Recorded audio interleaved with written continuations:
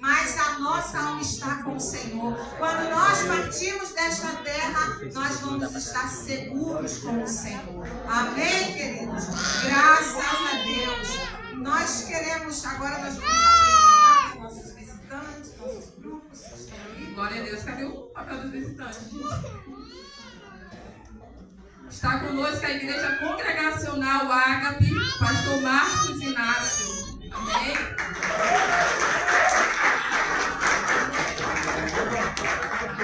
Está também nos visitando com oportunidade.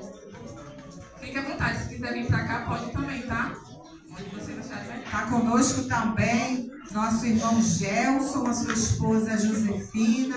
Amém? Com a igreja e com esse culto lindo das irmãs. Gostaria de dizer que as irmãs estão muito elegantes e gostaria de parabenizá-las. E vamos louvar ao Senhor, todos aqueles que souberem, entoem esse cântico juntamente conosco. Amém?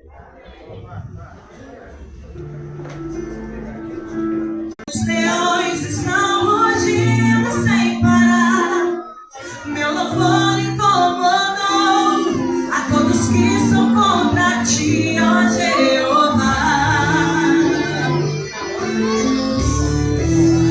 Exclusivo é o meu coração, vivo só pra ti, não abro mão do céu, até diante da morte, prefiro ser com risco de morrer, pois o que importa é não merecer.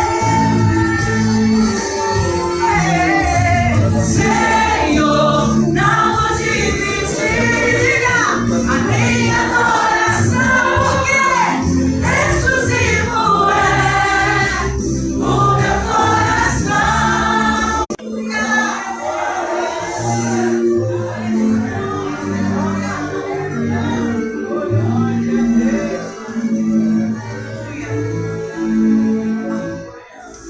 Ele que habita nos esconderijos do Altíssimo, a sombra do Onipotente descansará. Direi do Senhor, Ele não abro mão do céu, até diante da morte, prefiro Senhor, não vou dividir a minha adoração, exclusivo é até diante da morte, prefiro ser fiel. Até diante da morte, nós preferimos ser fiel.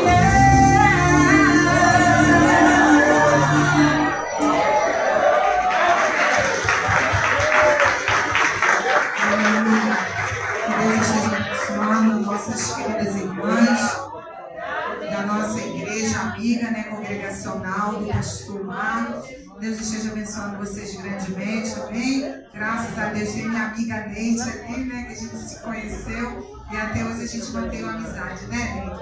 Graças a Deus por isso. Também gostaria de convidar a nossa congregação da banqueta para estar louvando. Amém? O Ebenezer.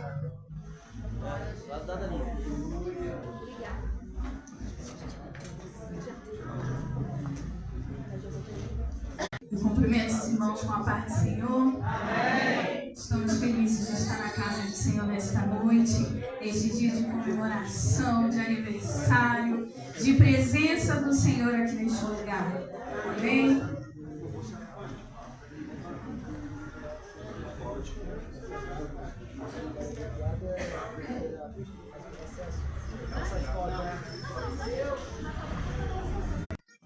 Glória a Jesus.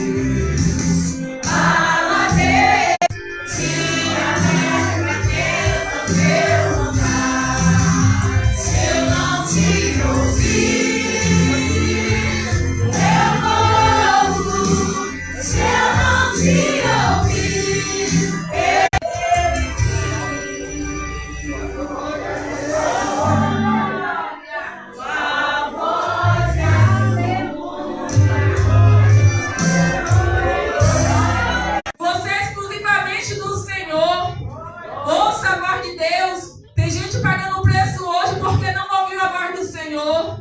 Tem muitas pessoas que estão pagando um preço hoje, sofrendo, porque não ouviu a voz de Deus, porque preferiu dar voz, dar ouvido a outras vozes. Então nós precisamos silenciar outras vozes e permanecer ouvindo a voz do Senhor. Amém?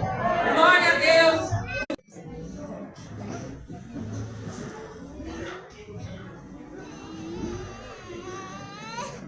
É o momento do ofertório, irmãos. Vamos ofertar a casa do Senhor. Amém? Aleluia. A paz do Senhor, igreja. Amém. Eu disse que já está ouvindo Deus falar contigo, hein?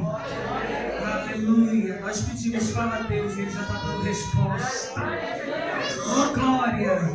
Confiamos nessa igreja. Você pode ofertar. Quem trouxe oferta, quem não trouxe dinheiro, oferta com adoração. Aleluia. Deus é maravilhoso. Quem conhece, adora o Senhor conosco. Eu posso dizer que eu já vivo as promessas. Eu não sei se você já percebeu, mas você já está vivendo. Glória a Deus! Aleluia! Vou viver a partir por completo Ele fará. Eu vou viver a total fará. Você pode declarar isso? Meu Deus não falha, não. Eu não vou duvidar. Eu sei que por completo fará. Mais uma vez. Meu Deus não falha, não. Eu não vou das cobertas para fazer cumprir na hora certa. Você toma posse dessa palavra?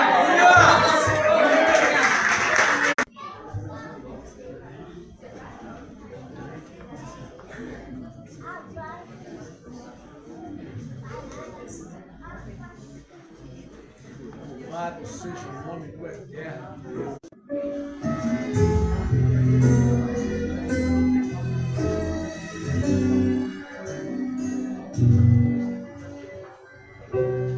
Disse que seria feliz.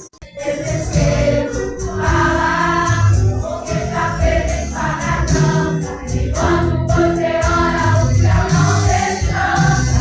E ora, o seu Pai que está em secreto. Senhor, o quarto tem o seu Pai. Se orar, deixa o quarto trancado. Deus levanta quem está de joelhos dobrados. Os céus se abrem quando o quarto está fechado. Não pare de orar, deixa o quarto trancado. Deus levanta quem está de joelhos dobrados. Os céus se abrem quando o quarto está fechado. Os céus se abrem quando o quarto está fechado. Não pare de orar, deixa o quarto trancado. Deus levanta quem está de joelhos dobrados. Os céus se abrem quando o quarto está fechado. Os céus se abrem quando o quarto está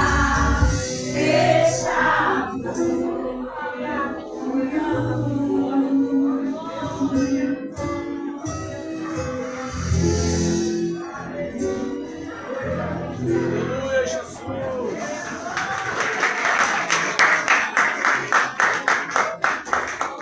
Glória a Deus! Bendito seja o nome do Senhor. Cumprimento a todos os irmãos com a graça e a paz de nosso Senhor Salvador Jesus. Os das congregações vão servir para cá e tem bastante trabalho para nós, porque no domingo, pela manhã, dia 3, é a ceia do Senhor. Tem batismo, ceia e almoço depois. Então, vai ser um dia com bastante atividade para nós aí. Mas fica esse desafio, quero ver todas as irmãs. Todas, tá bom? Maravilha de Deus. E um prazer imenso revê-las. As irmãs aqui da nossa igreja congregacional, pastor Marcos Inácio. Quantas vezes eu acordei vocês gritando lá no portão de vocês, né? Hoje vocês estão me vendo aqui.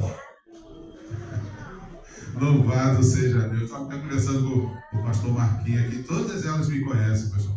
Teve uma que olhou para mim ali e falou: onde que eu te conheço? Eu falei: sei lá, quando eu estou vestido de carteira, ninguém me conhece mesmo. É isso. mulher.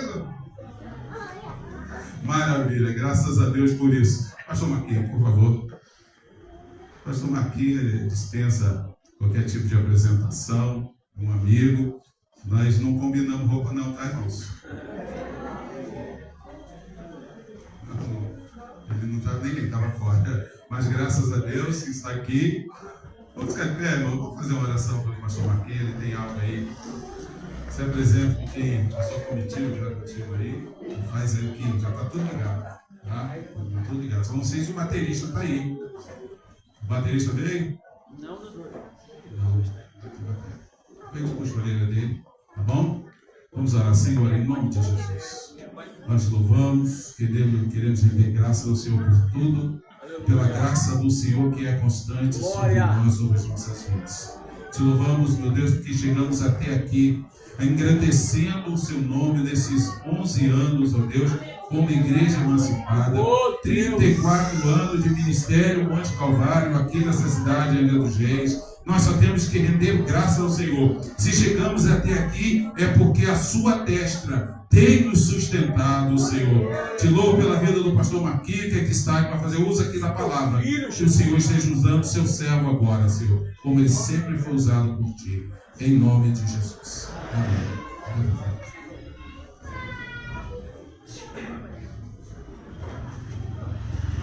Boa noite, irmãos. A graça e a paz, amém? Pode sentar nesse momento. Quantos estão felizes de estar aqui nessa noite, adorando a Deus? Você está feliz mesmo? Você pode aplaudir ao Senhor, então? Amém?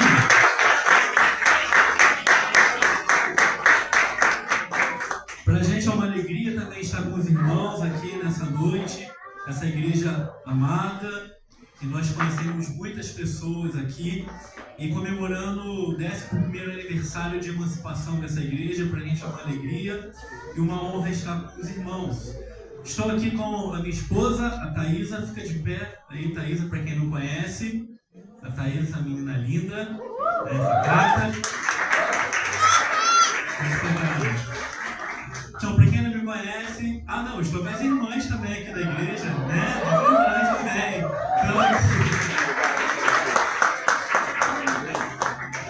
Então, para quem não me conhece, eu sou o pastor Marquinhos, hoje pastor e auxiliar na igreja congregacional Ágape.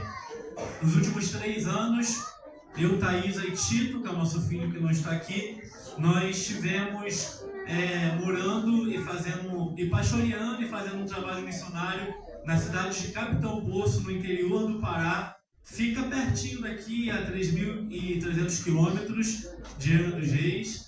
E nós estivemos lá durante esses 3 anos. Foi um tempo muito bom, um tempo de Deus para as nossas vidas. E algo que Deus fez lá, através de nossas vidas, como propósito dele também, é que a gente sempre falou lá que a igreja, ela não sofre por conta da cidade. É a cidade que sofre por conta da igreja que tem. Então, que igreja nós temos sido? E nós sempre falamos que a igreja precisa ser relevante para a cidade. A igreja precisa se envolver com a cidade, se envolver com o bairro, com os vizinhos, para que ela possa levar o evangelho de todas as formas, de forma relevante, para o reino de Deus, ele avançar e ele expandir. E eu lembro que faltando aproximadamente 20 dias, não 10 dias, para a gente então ir para Capitão Poço. A gente já tinha vendido tudo em Angra, já tinha se programado para ir. A gente estava fazendo algumas investigações no nosso filho e saiu um laudo que ele é autista. E nós, na hora até aquele baque, você falou, não, Deus tem um propósito para isso. E nós fomos para Capitão Poço e quando nós chegamos lá, nós encontramos uma cidade completamente diferente de Angra. Uma cidade no interior do Pará, com dificuldades estruturais e principalmente com dificuldades para a gente conseguir então fazer os tratamentos que o nosso filho precisava fazer, os acompanhamentos. E ali então Deus nos deu uma palavra e uma direção. Numa igreja que é relevante, numa igreja que se importa com a cidade e faz diferença na vida da cidade, Deus falou, abra um centro de atendimento a crianças autistas aqui nesse lugar. E assim então nós fizemos.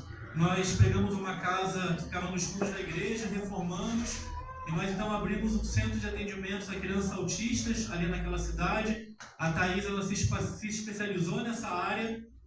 E nós começamos então na cidade a por semana atender cerca de 60 a 80 crianças, famílias. E com isso, amados, a prefeitura, então, ela viu o trabalho, ela viu a necessidade, ela construiu, então, um centro para a cidade, e ela inaugurou um centro na cidade. E no dia da inauguração, nós fomos convidados e muitas pessoas falaram: a prefeitura só fez porque a igreja fez primeiro.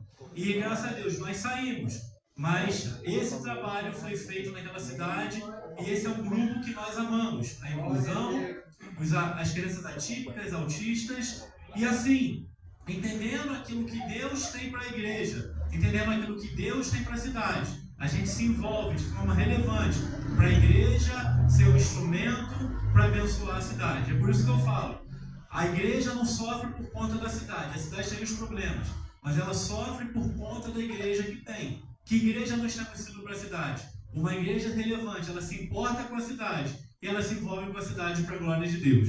Amém? Então, uma igreja que é mais que vencedora é uma igreja que ela vê aquilo que Deus está colocando e ela então se envolve para Deus ser exaltado nesse lugar. Eu quero que você abra suas Bíblias, então, pensando sobre isso, em Gálatas, capítulo 3, do versículo 15 até o versículo 22. Carta de Paulo aos Gálatas, capítulo 3, versículo 15 até o versículo 22. Ela diz assim: irmãos, como falo, se o testamento de um homem for confirmado, ninguém o anula, nem lhe acrescenta alguma coisa. Ora, as promessas foram feitas a Abraão e a sua posteridade, em algumas versões, ao seu descendente. Não diz, e as posteridades, como falando de muitas, mas como de uma só, é a tua posteridade, que é Cristo. Mas digo isso, que tendo sido o testamento anteriormente confirmado por Deus, a lei que veio 430 anos depois não invalida, de forma a abolir a promessa. Guarde essa palavra, promessa. Porque se a herança provém da lei, já não provém da promessa.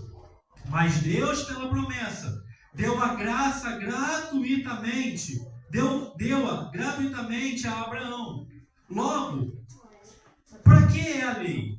Foi ordenada por causa das nossas transgressões, até que viesse a posteridade a quem a promessa tinha sido feita, e foi posta pelos anjos na mão de um medianeiro. Ora, o medianeiro não é de um só, mas Deus é um. Logo, a lei é contra a promessa de Deus? De maneira nenhuma, de sorte nenhuma. Porque se dada fosse uma lei que pudesse vivificar, a justiça, na verdade, teria sido pela lei. Mas a Escritura encerrou tudo debaixo do pecado, para que a promessa pela fé em Jesus Cristo fosse dada aos crentes. Feche seus olhos mais uma vez, eu sei que nós já oramos, nós vamos orar mais uma vez pela palavra. Deus, que o Senhor fale aos nossos corações nessa noite, Deus. Que nós possamos encontrar corações como terra férteis aqui, Senhor. E a Tua palavra, ela venha gerar frutos nessa noite. Abra nosso entendimento, a nossa mente. Tira toda a preocupação e dispersão, Pai. E que possamos estar concentrados no Senhor para a Tua glória. Em nome de Jesus. Amém. Irmãos, a carta aos Gálatas é a primeira carta pelos estudiosos que o apóstolo Paulo ele escreveu.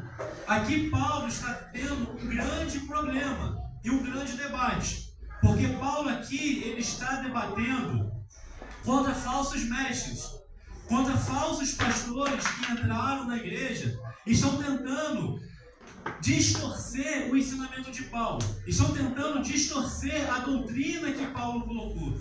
Paulo ele começou a falar para essa igreja que agora a salvação ela vinha através de Cristo. Que Cristo fez uma obra de resgate. Cristo fez uma obra de salvação. Cristo fez uma obra de restauração.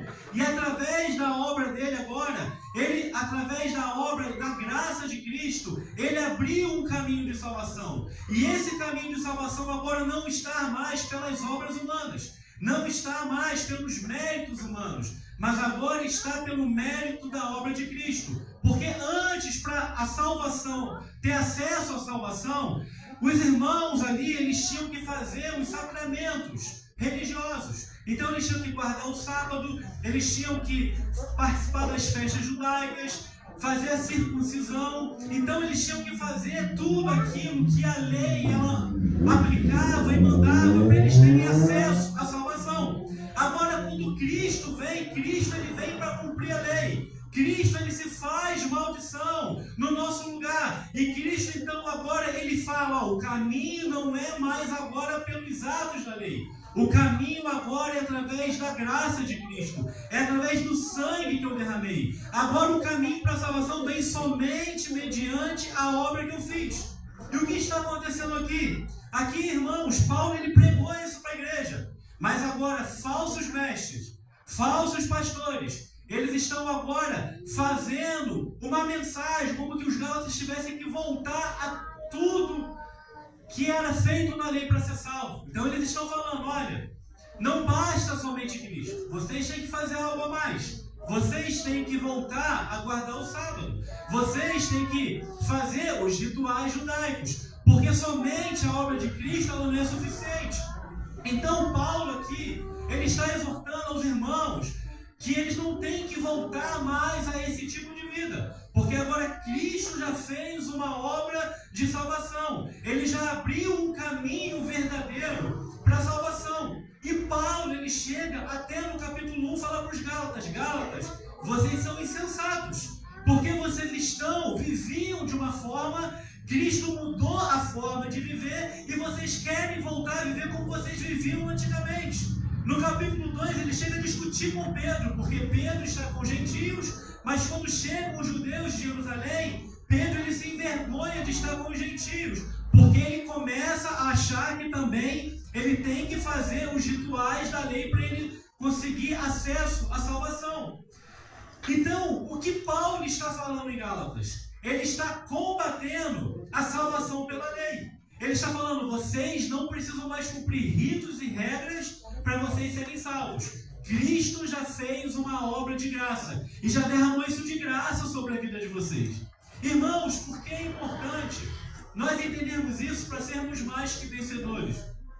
Porque até hoje, nos nossos dias, existem irmãos, existem pastores que começam a colocar a obra humana, o mérito humano para alcançar a salvação. Se você fizer alguma coisa, se você der alguma coisa, se você der o seu dinheiro, der os seus bens, então Deus ele vai te salvar. Então Deus ele vai te abençoar. Mas essa não é a obra da graça. Essa não é a obra que traz a salvação. Então você pode perguntar, então a lei ela não serve para mais nada? Se Cristo ele fez uma obra, ele aboliu a lei, então a gente tem que deixar tudo de lado, a gente pode fazer o que a gente quiser, porque tem muita gente que confunde isso. Tem muita gente que acha, meus amados, que pregar somente a graça e entender a liberdade que nós temos através da graça em Cristo Jesus, muita gente acha, então, se a gente fizer isso, a gente vai estar liberando todo mundo para fazer aquilo que quer. Mas, irmãos, a graça ela não traz essa direção. A graça ela começa a mostrar uma outra perspectiva. Ela começa a mostrar que quando eu entendo aquilo que Cristo fez, eu não obedeço para ganhar a salvação. Eu obedeço porque Ele já me deu a salvação. Eu não obedeço para ser abençoado. Eu obedeço porque Ele já me abençoou. Eu não sirvo na igreja para eu, então, ter os meus problemas resolvidos. Cristo resolve os meus problemas porque Ele é meu Pai e eu sou filho dEle. E a gente então começa a entender. Mas então por que a lei ela serve? Será que ainda nos nossos dias a lei tem algum propósito na instrução da lei? Será que ainda nos nossos dias Existe propósito na lei. E é exatamente isso que Paulo, ele vai estar falando aqui nesses versículos. Ele vai estar respondendo para os irmãos nesse versículo.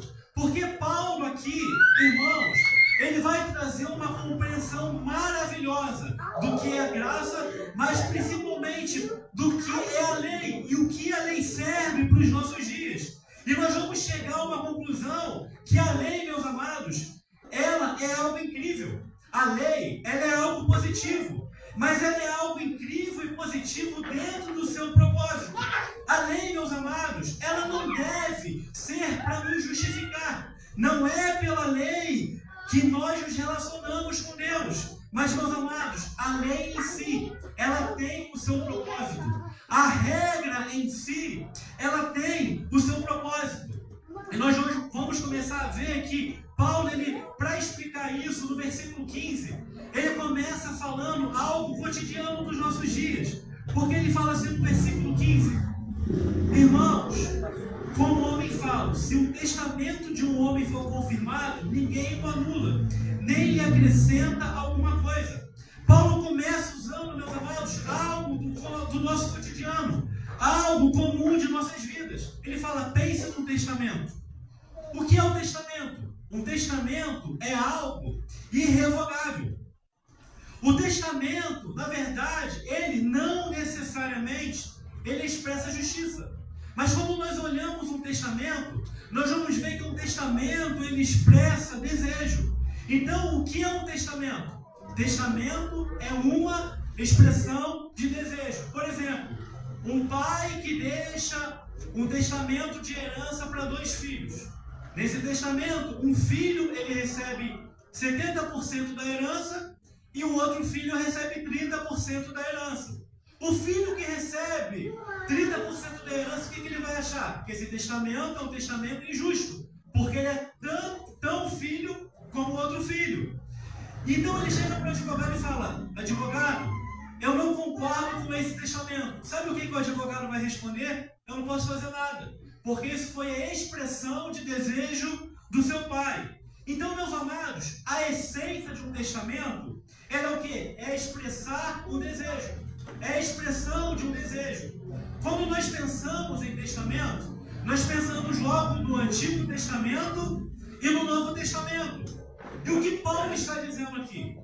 Ele está falando então que, por conta que a graça veio no Novo Testamento, o Novo Testamento está substituindo o Antigo Testamento? Não, ele não está falando isso. Porque se fosse isso, a gente estava perdido. O Antigo Testamento ele é irrevogável. Ele tem o seu lugar. Como o Novo Testamento, ele não pode revogar o Antigo Testamento. Paulo aqui, meus amados, quando ele fala que a graça, ela vem substituir a lei, ele não está fazendo uma transição do Antigo Testamento para o Novo Testamento. Mas Paulo aqui nesses versículos, ele está fazendo uma transição da promessa de Deus para o Antigo Testamento. É por isso que no versículo 16 e 17, ele fala assim, olha aí na sua Bíblia. Ora, as promessas foram feitas a Abraão e a sua posteridade. Não diz e as posteridades, como falando de muitos, de muitas, como de uma só. E a tua posteridade que é Cristo. Mas digo isso, que tendo sido o testamento anteriormente confirmado por Deus, a lei que veio 430 anos depois não invalida de forma a abolir a promessa. Ou seja, Paulo está falando algo magnífico aqui. Paulo ele está falando, meus amados, que antes da lei existir, a lei judaica existir, existia uma promessa. E essa promessa, meus amados, é uma promessa que veio antes do testamento. É um outro testamento. É um primeiro testamento. Não é um testamento baseado, meus amados, numa lei. Mas é um testamento baseado, meus amados, em um acordo. É uma promessa. Paulo aqui não diz que a lei não anula a promessa. Porque a promessa de Deus, ela veio antes da lei. Ele fala, olha, tem uma promessa. A promessa que Deus fez a Abraão. 430 anos depois, veio a lei. Então é interessante, meus amados, pensar que o objetivo sempre foi a promessa e não um acordo baseado na lei. E quando a gente pensa em promessa e quando a gente pensa em lei, a gente começa a ver que são duas coisas diferentes. Por exemplo, promessa, ela diz respeito ao quê? A um presente. Lei diz respeito ao quê? A um acordo. Então, o que Deus fala para Abraão? Abraão, eu tenho uma promessa para você. Lembra? Eu farei de ti uma grande nação. Eu tenho uma promessa para você. O que Deus tem para Abraão? Deus tem um presente. Deus não tem um acordo. Mas quando Deus chega para Israel, 430 anos depois, logo com Moisés, Deus fala: Moisés, Israel, eu tenho o quê? Uma lei. Eu tenho uma lei para vocês, ou seja, eu tenho um acordo com vocês. A gente entende isso, lei e promessa, como nosso filho. Quando eu chego para o meu filho e falo: Tito, eu vou te dar um presente. O que eu estou fazendo para ele? Uma promessa. Agora, se eu chegar para ele e falar: Tito, eu vou te dar um presente, mas só se você obedecer a mamãe. Mas só se você passar de ano. Isso não é presente. Isso é o quê? É um acordo. Então, meus amados, a gente começa a ver que quando a promessa ela é condicionada, ela não é mais presente. Ela vira um acordo. E essa é a diferença da promessa de Deus. Para Abraão, Deus, ele não dá um acordo para Abraão. Mas Deus está falando: Abraão, eu tenho uma promessa para você. Eu tenho um presente para você. Irmãos, por que é importante a gente entender isso? Sabe por quê? Porque a gente age assim em muitos momentos, como as pessoas. E às vezes nós colocamos e projetamos o nosso relacionamento com Deus dessa forma. Nós olhamos para Deus não como um pai que presenteia seus filhos gratuitamente, mas nós acabamos muitas vezes olhando para Deus como alguém que apenas remunera bom comportamento. Então a gente olha para Deus assim: se eu for um bom filho, Ele vai me abençoar. Mas se eu for um mau filho, se eu me comportar mal, Ele vai me amaldiçoar. Irmãos, isso é a lógica da religiosidade. A religiosidade, ela pinta Deus não como um pai que presenteia seus filhos gratuitamente. Mas a religiosidade, ela pinta Deus como um sujeito que apenas reage e nunca age em favor de seus filhos. E só reage positivamente quando a ação dos seus filhos é positiva. A promessa que Deus faz a Abraão é através do seu descendente. Irmãos, de quem Deus está falando quando Ele fala de descendente? O descendente que Ele fala é Jesus. E nós vamos ver então que na história da humanidade, o propósito de Deus nunca foi então ter um Antigo Testamento e ter um Novo Testamento. Mas o propósito de Deus sempre foi o quê? Derramar a sua graça através de Cristo. No meio disso, nos dá uma lei para nos ensinar a viver, mas no final completar a sua intenção original, que é a graça através de Cristo. Então sempre nós vamos ver que o propósito de Deus sempre foi trabalhar a promessa dele de abençoar o seu povo e não trazer uma lei para escravizar o seu povo.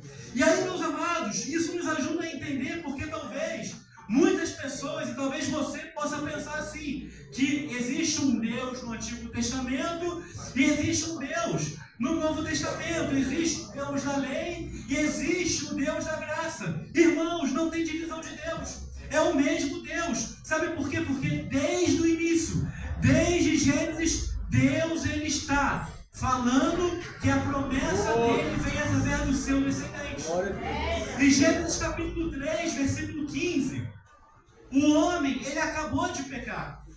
E Deus, ele fala que ele vai então trazer aquele que vai esmagar a cabeça da serpente.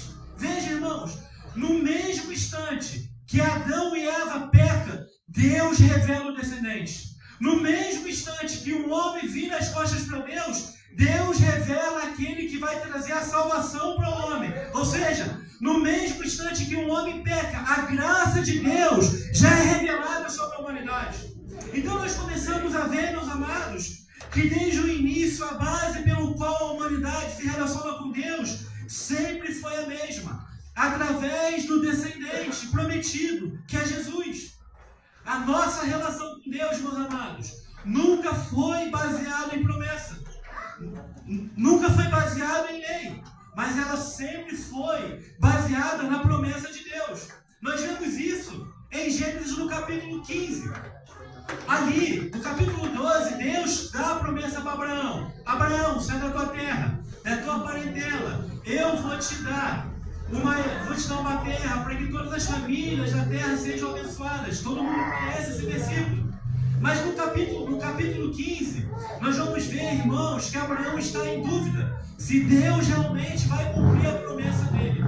E naquele tempo, quando alguém ia fazer uma aliança, os reis ou os povos tribais iam fazer uma aliança, como que eles faziam essa aliança? Eles pegavam, vamos fazer uma aliança de paz. Eles pegavam então alguns animais e eles traziam os dois reinos. E eles pegavam esses animais e eles partiam no meio. E faziam um corredor com a metade do animal para um lado e a outra metade dos animais para o outro. Um rei ficava lá na porta e o outro rei ficava aqui. E eles falavam, vamos fazer agora a nossa aliança de paz. E os dois atravessavam então aqueles animais que era metade e metade, simbolizando o quê? Se você descumprir a sua parte, que aconteça com você o que aconteceu com esses animais, que você seja partido no meio. Abraão está com dúvida. E no capítulo 15 de Gênesis, depois você pode ver na tua Bíblia aí, Deus fala, Abraão, vamos fazer então agora a nossa aliança. Vamos fazer então agora o nosso acordo para você ver que eu vou cumprir a minha promessa com você. Então Deus fala, Abraão, pega os animais, parte os animais no meio, faça o corredor. Abraão faz o corredor. Agora Deus fala, se prepare que nós vamos passar. Mas o texto fala, meus irmãos, que na hora que Abraão foi passar, um nevoeiro ele aparece. E Abraão é colocado em profundo sono. E só Deus passa no corredor. Sabe o que isso significa, meus amados? Abraão não passa, só Deus passa. É Deus falando, Abraão, você não vai ter condições de cumprir a tua parte. Eu vou passar sozinho, porque eu sou Deus. E eu cumpro a promessa que eu tenho com você. Irmãos, parece que Deus está propondo um acordo para Abraão. Parece que Deus está falando, Abraão, eu tenho uma parte e você tem outra parte. Eu tenho uma responsabilidade e você tem outra responsabilidade. Mas, meus amados, só Deus passa. Deus não está falando para Abraão, Abraão, cumpra a sua parte, que depois eu cumpro a minha. Deus está falando, Abraão, só eu vou cumprir a parte. Sabe por quê? Porque eu sou Deus. Irmãos, é por isso que aquilo que Deus preparou para a gente não foi um acordo, foi uma promessa. Não foi um acordo baseado em lei, foi uma promessa que Ele fez. E sabe por que nós sabemos que a promessa sobre a salvação, ela se cumpre sobre as nossas vidas? Porque a promessa da salvação, ela não depende de nós. Ela não depende do que eu faço ou deixo de fazer. Ela não depende do meu trabalho na igreja. Ela não depende se eu oro mais ou se eu oro menos. Ela não depende, meus amados, disso, porque Deus, Ele é a garantia da sua própria promessa. É como se Deus, Ele olhasse para Abraão e Ele falasse assim, ou para a gente, falasse, vamos fazer um acordo? Aperta aqui minha mão. Mas na hora de apertar, Deus tira a mão, porque Ele vai falar, você não vai ter condições de cumprir esse acordo, meus amados. Ao invés, então, de a gente fazer um acordo para você ganhar a salvação, receba isso como meu presente. Receba isso como o presente que eu estou te dando. E você pode perguntar, mas como que eu sei, Senhor, que isso vai acontecer? Deus fala, eu garanto, porque eu não sou homem para mentir, mas eu sou um Deus todo-poderoso. Irmãos, não é pelo que nós fazemos. E às vezes nós colocamos o nosso relacionamento para sermos mais do que vencedores na nossa obra na igreja. Ah, eu sirvo muito. Ah, eu estou trabalhando. Então a gente acha que nós somos dignos de ganhar o mérito de Deus. Irmãos, nós já ganhamos o mérito de Deus pela promessa que Ele fez. Eu não vou servir, meus amados, para eu ser abençoado. Eu sirvo porque Ele já me abençoou. Eu não vou servir para ser curado. Eu vou ser curado porque eu sei que Ele já me abençoou. E se eu morrer com a doença, eu vou entrar no céu completamente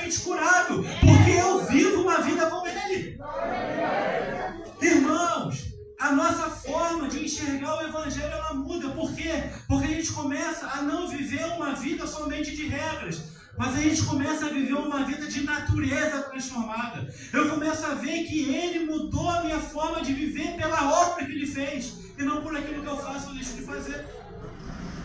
E aí, meus amados, no versículo 18, ele fala assim: porque se a herança provém da lei, já não provém da promessa. Olha, se a herança ela provém da lei, já não provém da promessa, mas Deus, pela promessa, deu gratuitamente a Abraão.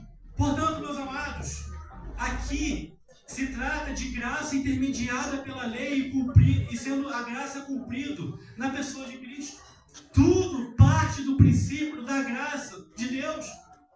Tudo parte do princípio da obra de Cristo. Então você deve estar perguntando: para que serve a lei então?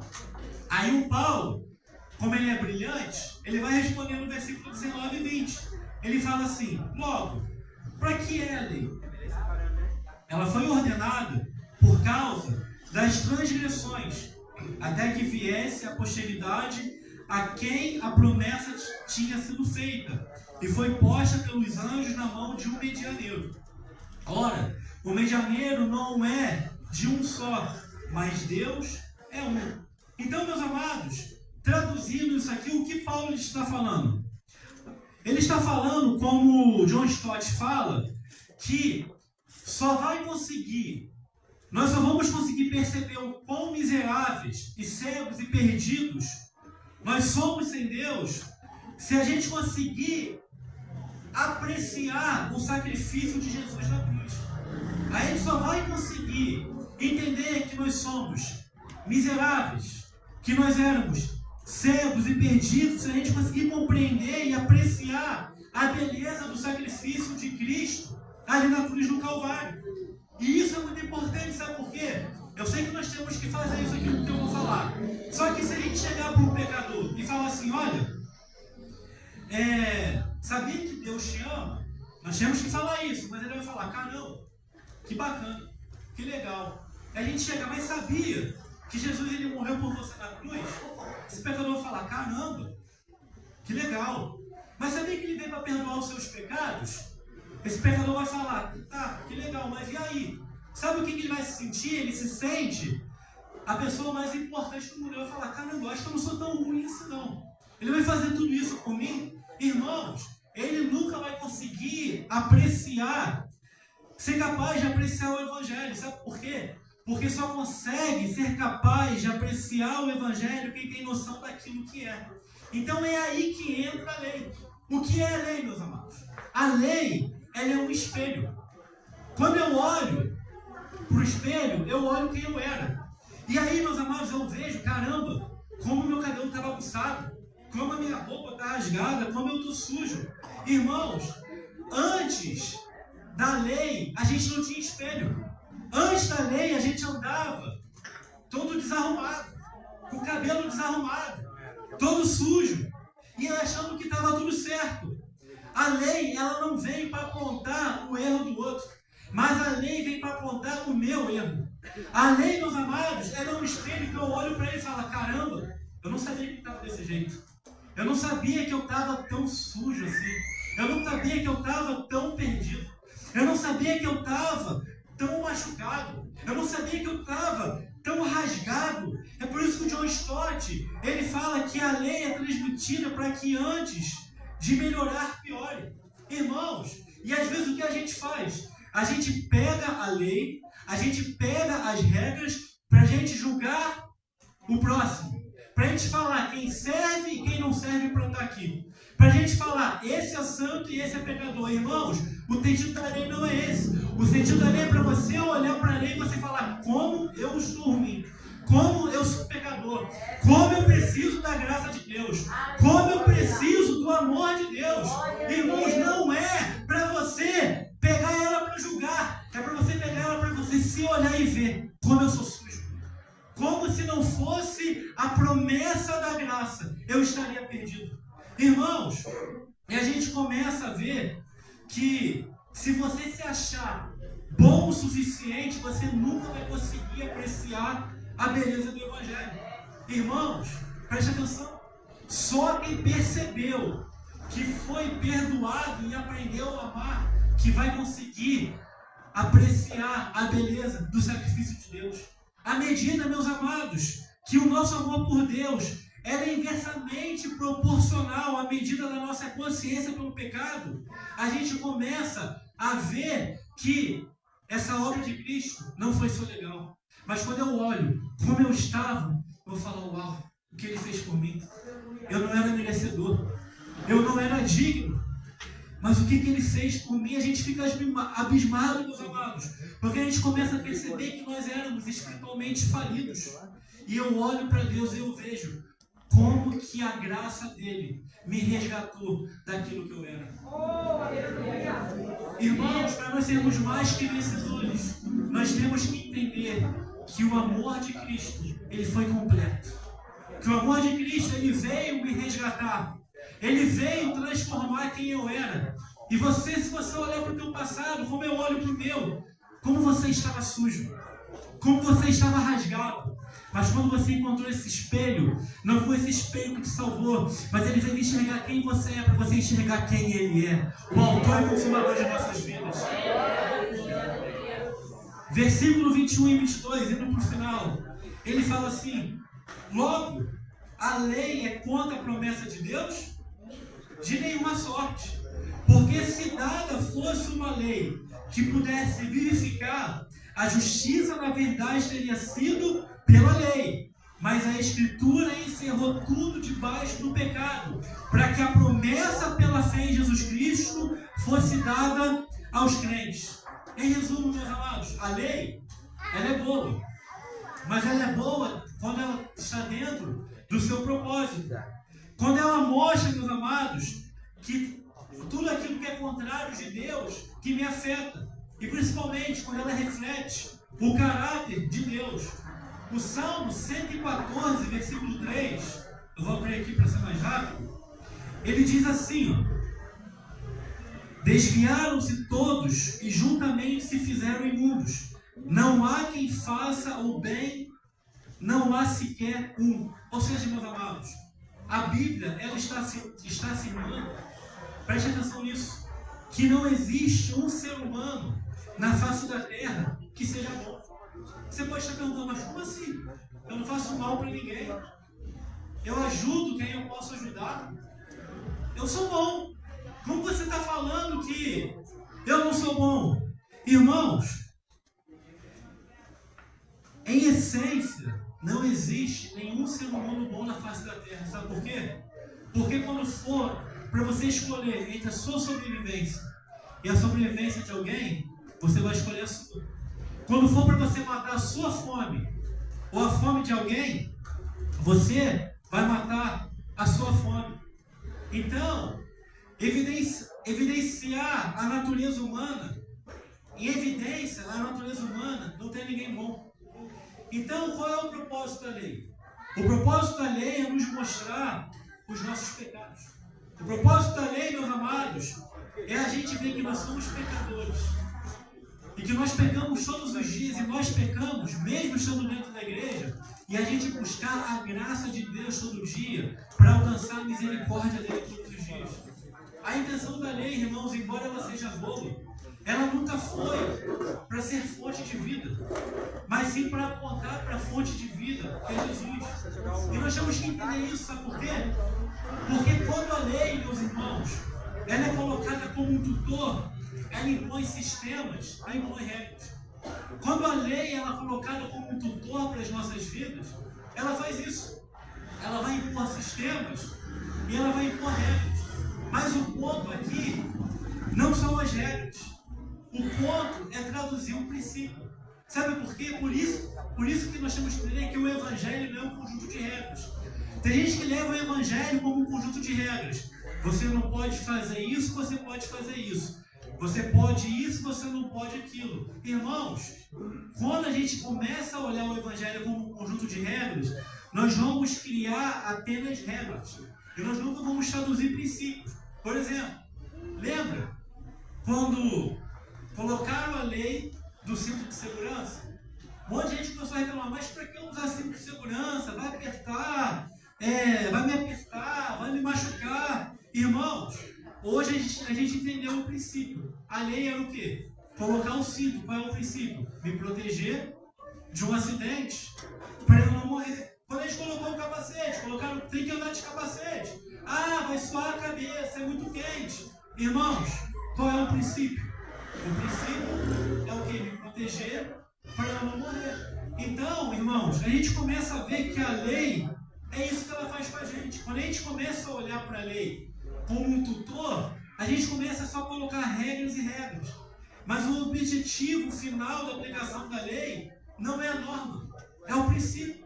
E aí eu vou te dar um exemplo claro do nosso dia a dia na igreja, o dízimo. Existe um momento na Bíblia, no Antigo Testamento, que Deus ele ordena o dízimo. Né? E ele fala, trazei o dízimo à casa do Senhor, à casa do tesouro. Ele fala isso mais em Malaquias, que é o texto básico ali, quando ele fala de dízimo. Então, mas por que Deus ele ordena o dízimo? Será que é somente uma questão de um tutor? Será que é somente para impor uma lei? Não, irmãos. Sabe por que Deus ordena o dízimo? Porque nós somos avarentos.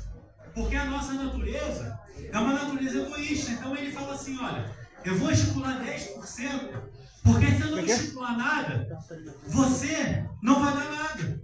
E aí que as pessoas se perdem. Elas começam às vezes a dar o dízimo achando que isso vai fazer ela ser salva. Mas, meus amados, o propósito então é a gente ficar triste porque a gente tem que dar 10% do nosso salário todo mês? Não, irmãos. Sabe por quê? Porque o propósito não é a norma. O propósito é um princípio. Qual é o princípio de eu dar o dízimo? Eu exercer a minha generosidade. A minha generosidade para quê? Para o reino de Deus avançar. Mesma coisa com o sábado. Ah, tem que guardar o sábado, não tem que guardar o sábado. A norma é o quê? Guardar o sábado. Qual é o princípio? O descanso. Não é que eu tenho que descansar no sábado. Eu descanso no dia que eu tenho de descanso. Então, meus amados, às vezes a gente começa, por conta da lei, traduzir norma e não consegue traduzir princípio. E, meus amados, quem vive a tua vida pela lei e só consegue viver norma e não consegue traduzir princípio, me desculpe falar, mas vive uma fé infantilizada. Porque as pessoas só conseguem viver norma e norma. E tem gente, meus amados, que só consegue obedecer norma, mas nunca consegue traduzir princípio. A questão, meus amados, no dízimo de novo, não é quanto que eu tenho que dar, não é se está no Antigo Testamento, não é se está no Novo Testamento. Isso é pergunta de criança. A questão é, meus amados, qual é a norma? A norma é traduzir o princípio da generosidade para fazer o reino de Deus avançar. Então, quem chega para Deus e fala assim, poxa, o que eu posso fazer para Deus se agradar de mim? Ele está vivendo uma fé infantilizada. Começa a estar tudo errado, sabe por quê? Porque, meus amados, como eu falei, quando a gente entende que tudo que nós fazemos traduz em princípio, eu não começo a vir para a igreja só para cumprir uma regra. Eu começo a vir para a igreja para traduzir princípios da minha natureza que foi transformada.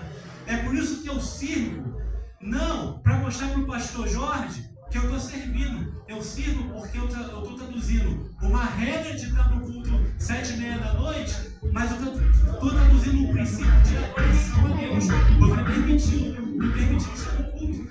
Então, não é você vir para cá para fazer as coisas com a sua força. Não é o seu mérito. Você vem para cá, não para traduzir norma. Tu vem para cá para traduzir princípio, porque a graça trouxe princípios para você. E aí, amados, a gente começa a ver que nós temos liberdade em Cristo. E qual é a nossa maior liberdade? Eu tenho hoje liberdade para obedecer a Deus. Porque Deus ele fez uma obra não de norma, mas ele fez uma obra de princípio, de graça para eu viver essa vida com Deus. Então, a nossa forma de enxergar o Evangelho ela muda. Porque tem muita gente que começa a obedecer a Deus por medo. Olha, eu vou fazer tudo que eu tenho que fazer, porque se eu não fizer tudo aquilo que está estipulado no livro da igreja, Deus vai me amaldiçoar. Irmãos, eu não obedeço mais a Deus por medo, por norma, mas eu começo a obedecer a Deus por amor. Eu começo a obedecer a Deus porque Ele fez uma obra de graça comigo, desde lá de Abraão. Eu começo a viver uma vida agora com Deus porque o descendente, ele não fez um contrato comigo, mas ele fez uma promessa de graça comigo. Ele fez uma promessa de salvação para mim.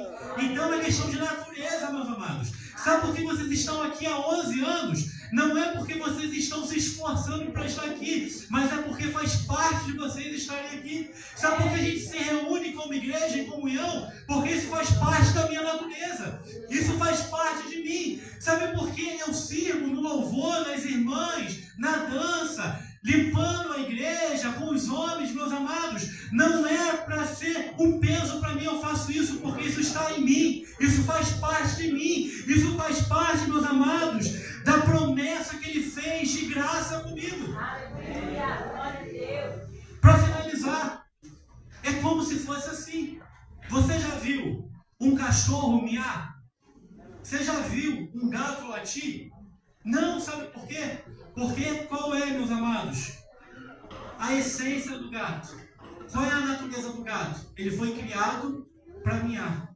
Qual é a natureza do cachorro? Ele foi criado para latir. Quando a graça me alcança, qual é a minha natureza? Eu sou alcançado para servir a Deus em gratidão. É questão de natureza. É questão de mudança interior. É questão de viver agora uma vida de natureza transformada. É por isso que quando vem as dificuldades da vida e vem, é por isso que quando vem os problemas e vem, é por isso que quando acontece alguma coisa na igreja que eu não concordo, eu não fico desanimado e saio da igreja falando mal da igreja. Sabe por quê? Porque a graça que está em mim, o princípio que está em mim é muito maior do que os problemas humanos. A natureza que está em mim é muito maior do que um problema de relacionamento. Eu vou, me relaciono com meu irmão, peço perdão e a gente continua vivendo debaixo dessa graça. E o que a gente faz? Às vezes a gente quer viver uma vida só de norma. Irmãos, esqueça a norma e traduza princípio na sua vida nessa noite. O princípio de viver uma vida de adoração e serviço a Deus, porque Ele transformou a sua natureza para ser uma natureza igual a dele, restaurada por Ele. E quando Ele voltar, você vai receber essa natureza e vai reinar com Ele pelos séculos dos séculos, glorificando a Ele, porque a sua natureza foi transformada por Ele para a glória dele. Irmãos, então, viva princípios nessa noite para a glória de Deus, amém? Sabe por quê? Porque o amor dele por cada um de nós fez uma grande obra que nós não poderíamos fazer, amém? Eu queria um violão aqui, um pedestal, por favor. Você pode ficar de pé nessa hora? Nós vamos estar ministrando. Quero chamar a Thaís aqui, minha esposa. Você vai refletir sobre essa palavra, sobre essa mensagem. E tudo isso que você ouviu aqui, se você quer ser mais do que vencedor, se você quer ser mais do que vencedor, que você saia daqui nessa noite traduzindo princípios. O que é princípio? É a graça que te alcança todos os dias. E você vai viver uma vida diferente.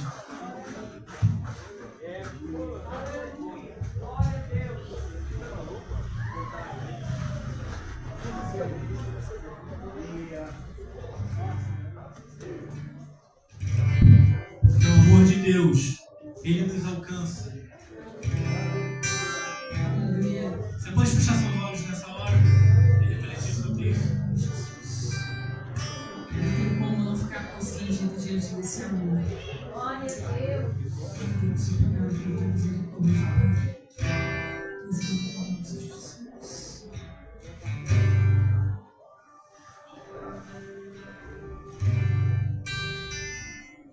Ele me ajuda, sempre falta muito para eu chegar. Ele me ajuda quando faltam forças no meu caminho. Ele não desiste porque Ele não é homem pra mentir. E não se arrepende, pois não é filho do homem como eu. Ele me ajuda sempre, falta muito para eu chegar. Ele me ajuda quando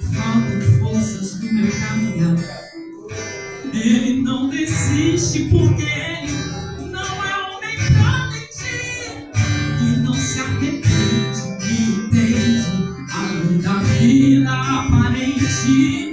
Ele é meu pastor e nada faltará. Ele é meu pastor e nada faltará. O seu amor por mim me fez chegar aqui, mesmo tão cansado, desprezado, desprezível, me faz estar de pé, rompendo pela fé. O seu amor me leva pastos verdes, onde eu posso descansar. Você pode descansar. Ele é um bom pastor, aleluia. Ele me ajuda a ser que falta muito para eu chegar. Ele me ajuda quando faltam forças no meu caminho. Ele não desiste porque ele não é homem pra mentir e não se arrepende, pois não é filho do homem como eu. Ele me ajuda sempre, falta muito para eu chegar. Ele me ajuda quando faltam forças no meu caminhar. Ele não desiste porque ele não é homem pra mentir e não se arrepende, pois não é filho do homem como eu. Ele é meu pastor, nada faltará. Ele é meu pastor e nada faltará.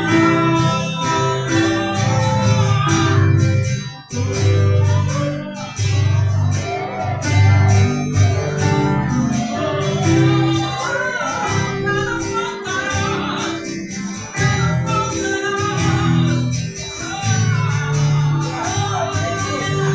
Seu amor por mim,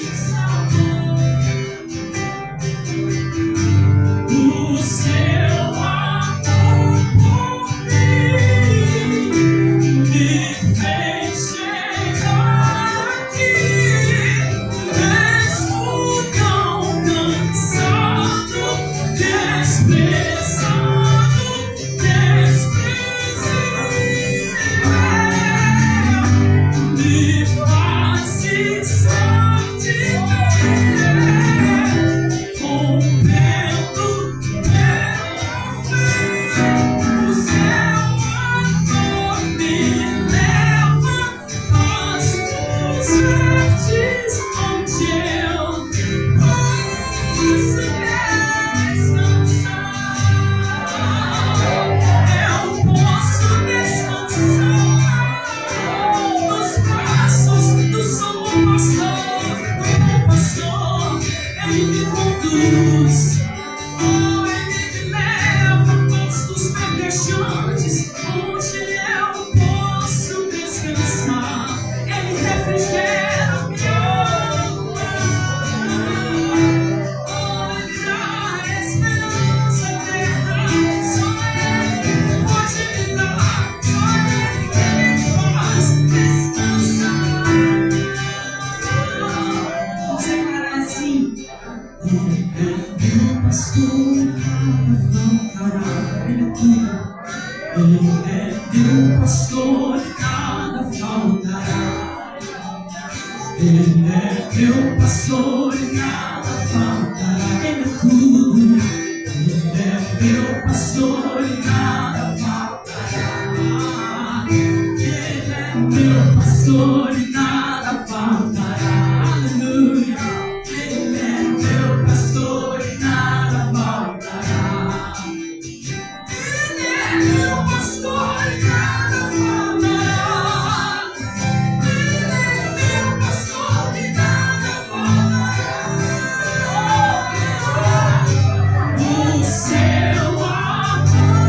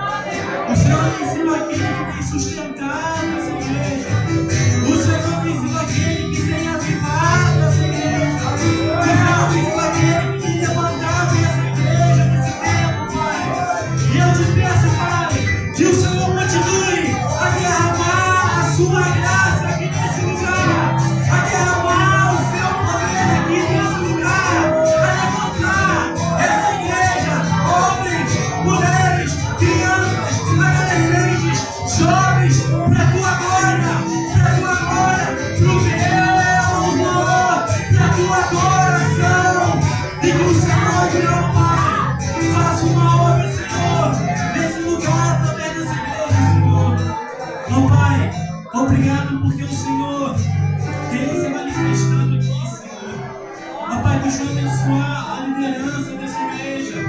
Pastor Jorge, todos os pastores oficiais, e que, Pai, o seu nome sempre seja o primeiro aqui nesse lugar, Pai. Que a tua graça, ela seja derramada diariamente aqui, igreja. E que o Senhor nos venha manifestar nesse lugar, Pai. Muito obrigado por essa noite. Nós te louvamos, te adoramos, te agradecemos e te exaltamos pelo teu amor. Em nome de Jesus. Amém e amém. Você pode aplaudir o Senhor? Obrigado, irmãos. Que Deus abençoe a sua vida.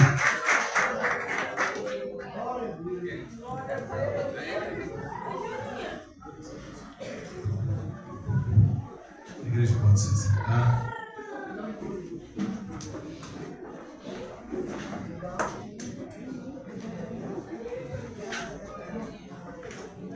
Aí, subimos a palavra. Foi bom, não foi? Maravilha. Olha, foi benção pura, benção pura. A gente não coloca aqui, meus amados. Quem escolhe é o Senhor, né? A gente não vai colocar aqui, tem qualquer um para falar qualquer coisa. Nós temos uns critérios de orar, pedir direção ao Senhor e Ele indicar os nomes que vão estar pregando aqui. Não sei se os irmãos perceberam, mas a mensagem está seguindo uma linha. Vocês estão percebendo isso aí? Eu acho que começou quando eu preguei lá atrás, há uns 2 domingos atrás, aí, umas 2 semanas, quando eu falei dos ceifeiros. Vê só se não está seguindo a mesma linha. Semana passada, ontem, hoje, está indo por aí. Vamos ver onde vai desembocar isso aí. Eu creio, e eu falei lá, Deus tem promessas. Amém? A União Feminina vai louvar mais uma vez? Sim? Então vamos lá? Vamos ver mais uma vez o seu departamento da União Feminina.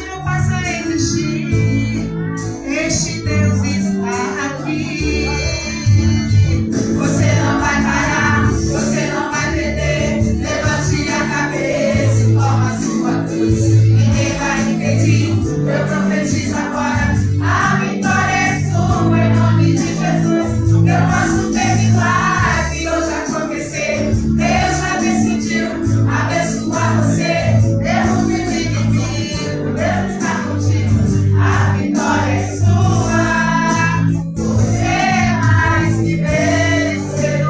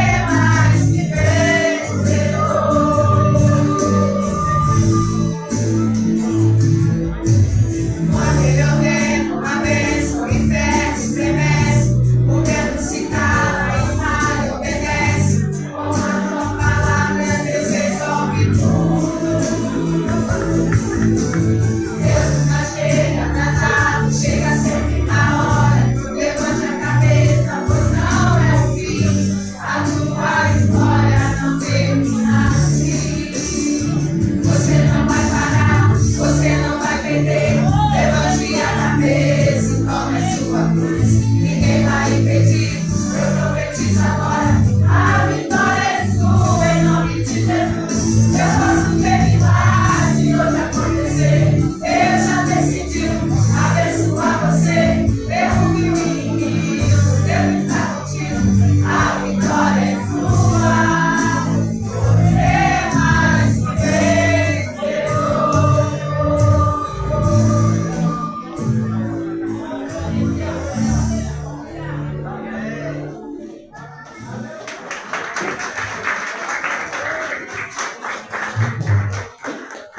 Continua amanhã, tá? Amanhã continua a festa, a festividade. Essa é só a segunda semana. Próxima semana também teremos aqui eventos. Mas aqui, com a União Feminina, tem amanhã ainda, tá bom? Pela manhã, Escola Bíblica Dominical. Por favor, não vamos fugir, não. Não vamos dar um abandono. Diaconisa Aline, a senhora quer falar alguma coisa? Estou vendo a senhora aí cheia de...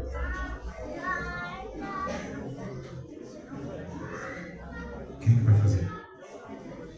Senhora? Final?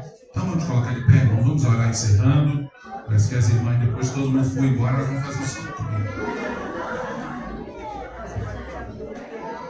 Não sei como é que funciona isso aí, não. Mas enfim, tá bom. Depois que ele falar o amém, der o amém aqui, as irmãs, todo mundo fica na igreja, né? Aí vão até meia-noite no vigília. Segura na mão do irmão que está do seu lado aí, por favor. Vamos agradecer ao Senhor por essa noite maravilhosa, por esse culto que nós ofertamos ao Senhor. É um culto em ação de graças, irmãos. É ação de graças. É o que nós estamos ofertando, oferecendo ao Senhor. O departamento feminino está oferecendo o melhor para o Senhor. Tá? Próxima semana também estaremos aqui adorando, ofertando o melhor para o nosso Deus. Senhor, levanta a minha voz. Agradecendo ao Senhor, ó Deus, crendo que o Senhor recebeu no céu a adoração, Senhor. Cada palavra que saiu desse lugar aqui direcionada ao trono de glória do Senhor, o Senhor recebeu no céu.